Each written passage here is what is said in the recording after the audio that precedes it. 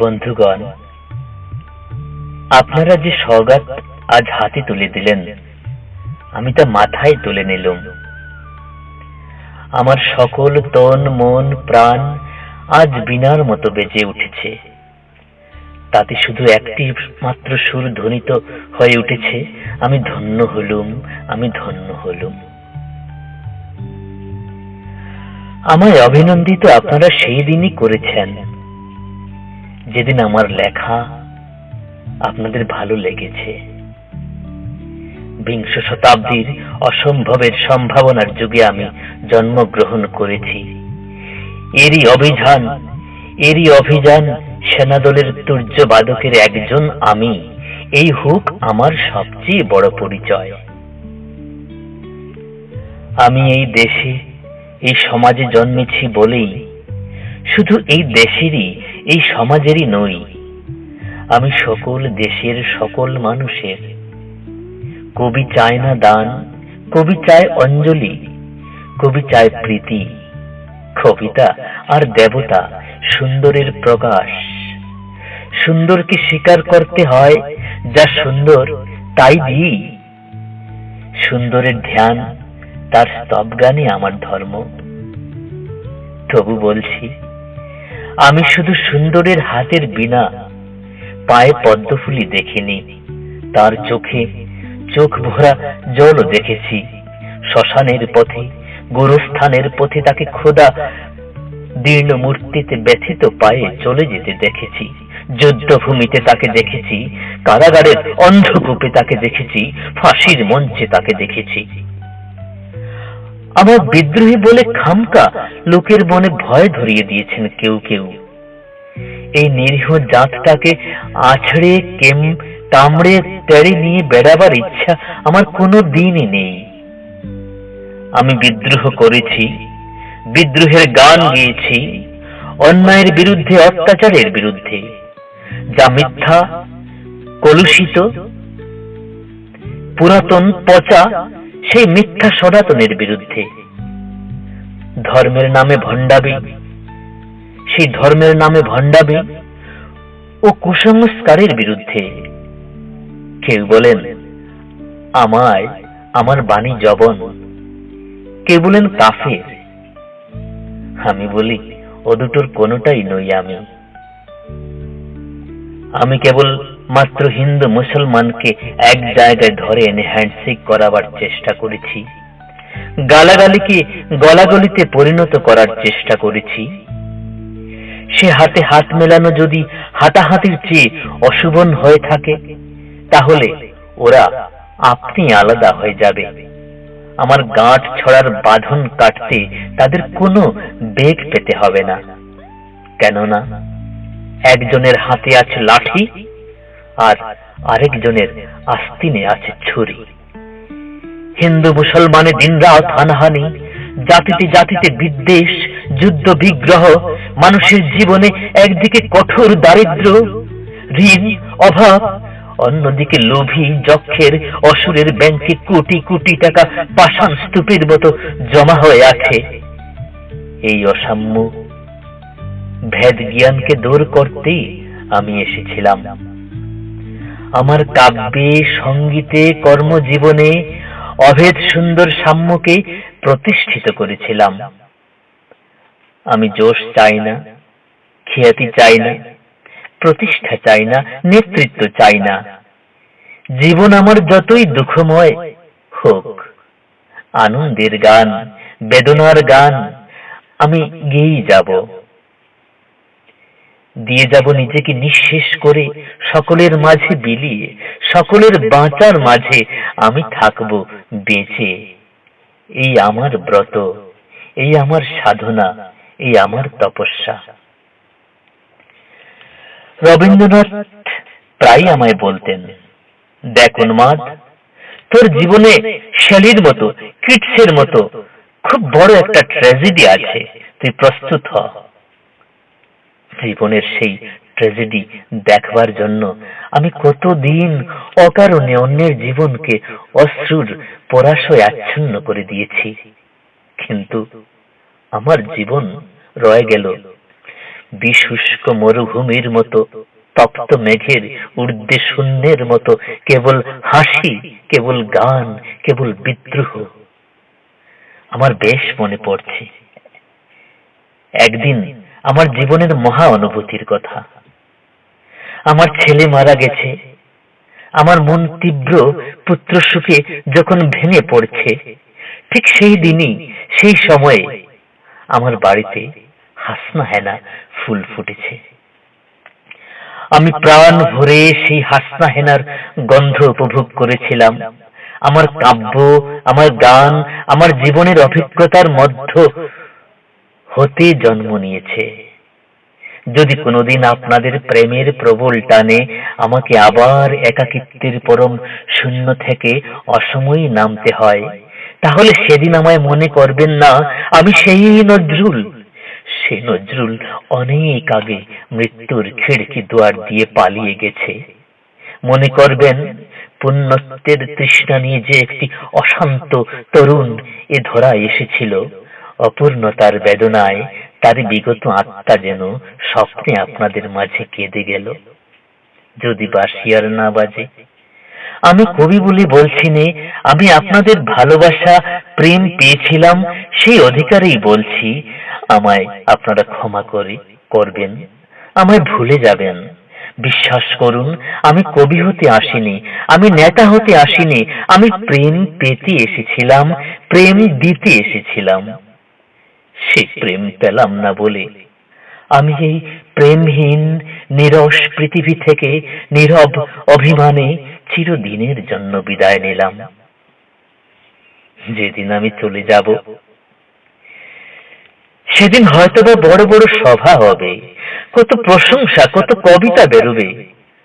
হয়তো আমার নামে দেশপ্রেমিক, ত্যাগী, বীর, বিদ্রোহী বিশেষণের পর বিশেষণ, এরকম বিশেষণের পর বিশেষণ টেবিল ভেঙে ফেলবে থাপ্পড় মেরে।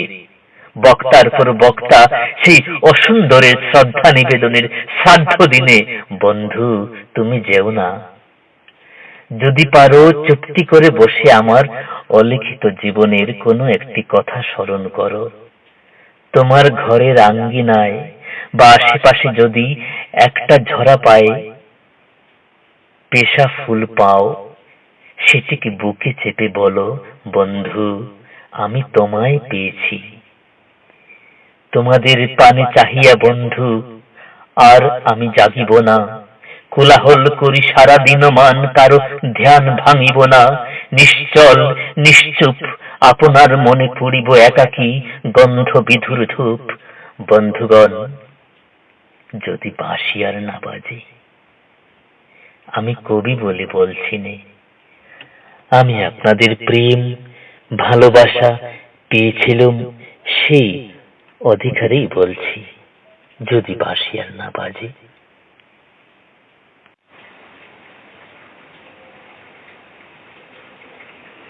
কেউ কথা রাখেনি।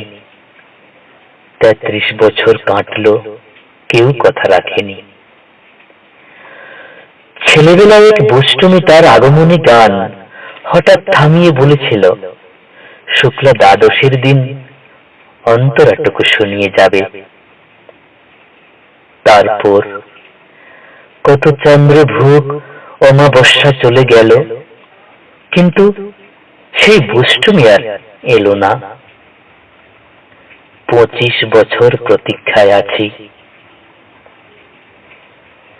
মামা বাড়ির মাঝি নাদের আলী বলেছিল, বড় হও দাদা ঠাকুর, তোমাকে আমি 3 প্রহরের বিল দেখাতে নিয়ে যাব।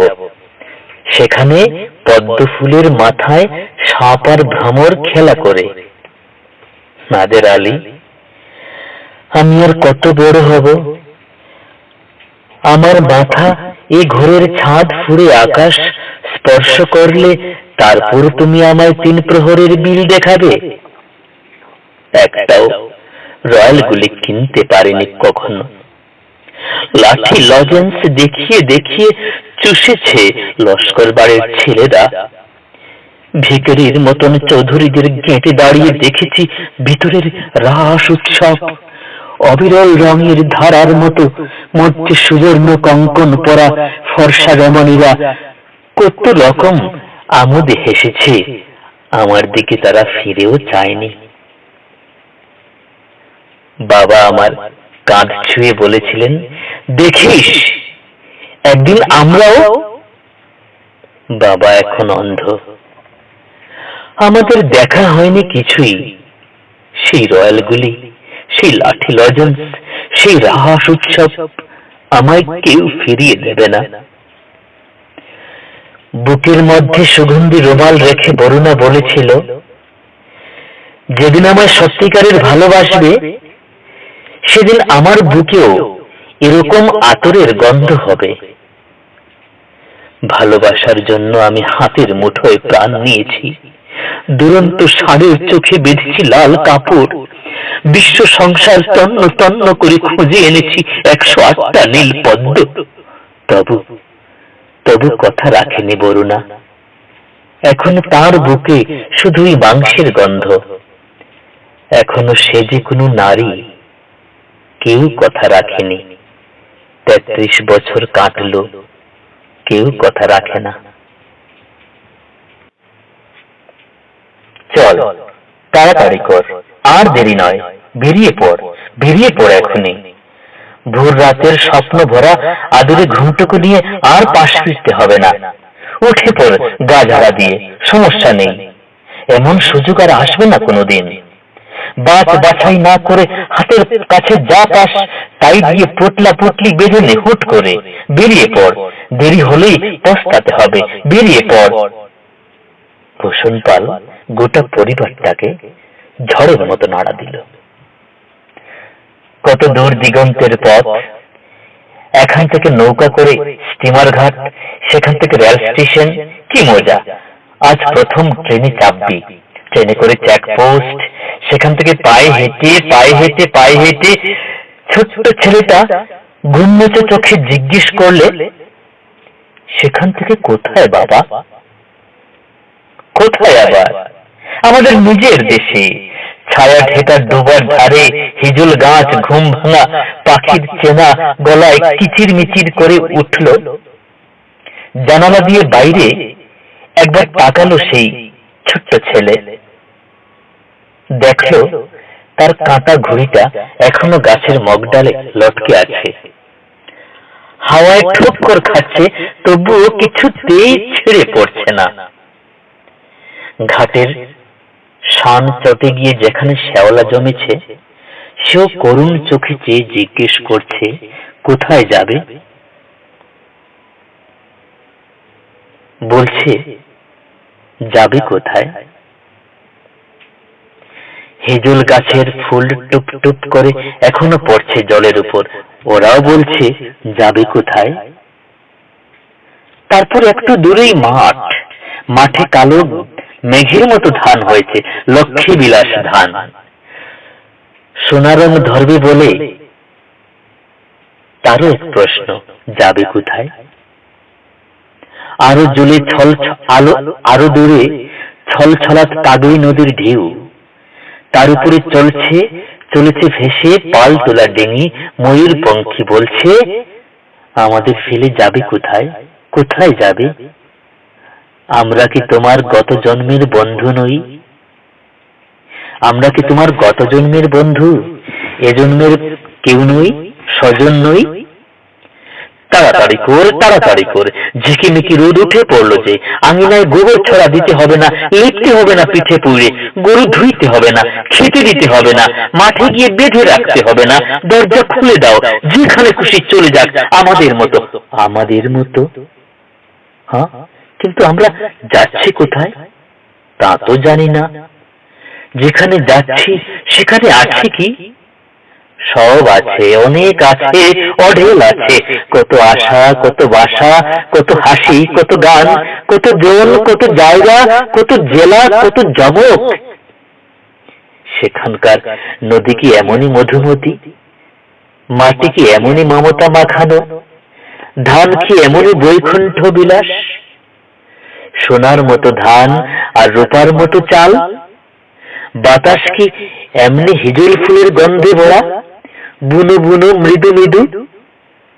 মানুষ কি সেখানে কম নিষ্ঠুর, কম ফন্দিবাজ, কম সুবিধেখোর, তাড়াতাড়ি কর। ভূষণ এবার স্ত্রীর সুবলার উপর ধমকে উঠল। কি কি কত বাছাবাছি করছো? সব ফেলে ছড়িয়ে টুকরো টুকরো করে এপাশে ওপাশে বিলিয়ে দিয়ে জোর কদমে এগিয়ে চলো। শেষ পর্যন্ত চলুক থামুক ট্রেন গিয়ে সোয়ার হও। সোয়ার হতে পারলেই নিশ্চিন্তি। এই চারিধারে কি দেখছিস? ছেলেকে ঠেলা দিল ভূষণ। জলা জংলার দেশ, দেখবার আছেই বাকি। একটা কানা পুকুর, একটা ছেঁচা বাঁশের ভাঙা ঘর, একটা এক ফসলি মাঠ, একটা ঘাসি নৌকো। আসল জিনিস দেখবি তো চল ও পারে, আমাদের নিজের দেশে, নতুন দেশের নতুন জিনিস, মানুষ নয় জিনিস। সে জিনিসের নাম কি? নতুন জিনিসের নতুন নাম উদ্বাস্তু। ওরা কারা চলছে আমাদের আগে? ওরা কারা?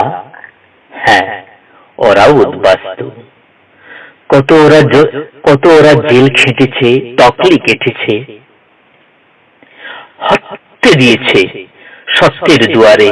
কত ওরা মারের পাহাড় ডিঙিয়ে গিয়েছে, পেরিয়ে গিয়েছে কত কষ্ট ক্লেশের সমুদ্র। তারপর পথে কত ওরা মিছিল করেছে, সকলের সমান হয়ে, কাঁধে কাঁধ মিলিয়ে, পায়ে রক্ত ঝরিয়ে। কিন্তু ক্লান্ত যাত্রার শেষ পরিচ্ছেদে এসে ছেঁড়া খুঁড়ো খুবলে নেওয়া মানচিত্রে যেন হঠাৎ দেখতে পেল আলো ঝলমল ইন্দ্রপুরীর ইশারা। ছুটল দিশেহারা হয়ে এতদিনের পরিশ্রমের বেতন নিতে, মসনদে গদিয়ান হয়ে বসতে, ঠেস দিতে বিস্ফারিত উপশমের তাকিয়ায়।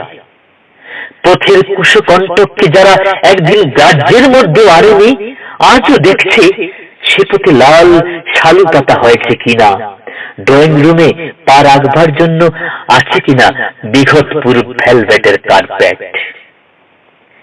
ত্যাগব্রতের যাবজ্জীবন উদাহরণ হয়ে থাকবে বলে যারা এতদিন ট্রেনের থার্ড ক্লাসে চড়ে এসেছে, সাধারণ মানুষের দুঃখ দৈন্যের শরিক হয়ে তারাই চলেছে এখন রকমারি তকবার চোখদার সাজানো 10 ঘোড়ার গাড়ি হাঁকিয়ে পথচারীদের হটিয়ে দিয়ে, তফাৎ করে দিয়ে, সমস্ত সামনেওয়ালাকে পিছনে ফেলে পর ঘর বিদেশি বানিয়ে। হ্যাঁ, ওরাও উদ্বাস্তু। কেউ উৎখাত ভিটে মাটি থেকে, কেউ উৎখাত আদর্শ থেকে। আরো আগে, ইতিহাসেরও আগে ওরা কারা? ওই ইন্দ্রপুরী ইন্দ্রপ্রস্থ থেকে বেরিয়ে যাচ্ছে হিমালয়ের দিকে। মহাভারতের মহাপ্রস্থানের পঞ্চনায়ক, উনিও তাদের সঙ্গিনী স্বস্বরূপ অনুরূপা। যুদ্ধ জয় করেও যারা সিংহাসনে গিয়ে বসল না, কর্ম উদযাপন করেও যারা লোলুপ হাতে কর্মফল বন্টন করল না নিজেদের মধ্যে, ফল ত্যাগ করে কর্মের আদর্শকে রেখে গেল উঁচু করে, দেখিয়ে গেল প্রথমেই পতন হলো দ্রৌপদীর পঞ্চপাপিতা। তারপর একে একে পড়ল আর সব অহংকার, রূপের বিদ্যার বলে, লোভের আগ্রাসনের আরো দেখালো শুধু যুধিষ্ঠিরই পৌঁছয়, যেহেতু সে ঘৃণ্য বলে, পশু বলে, পথের সহচর কুকুর কেউ ছাড়ে না।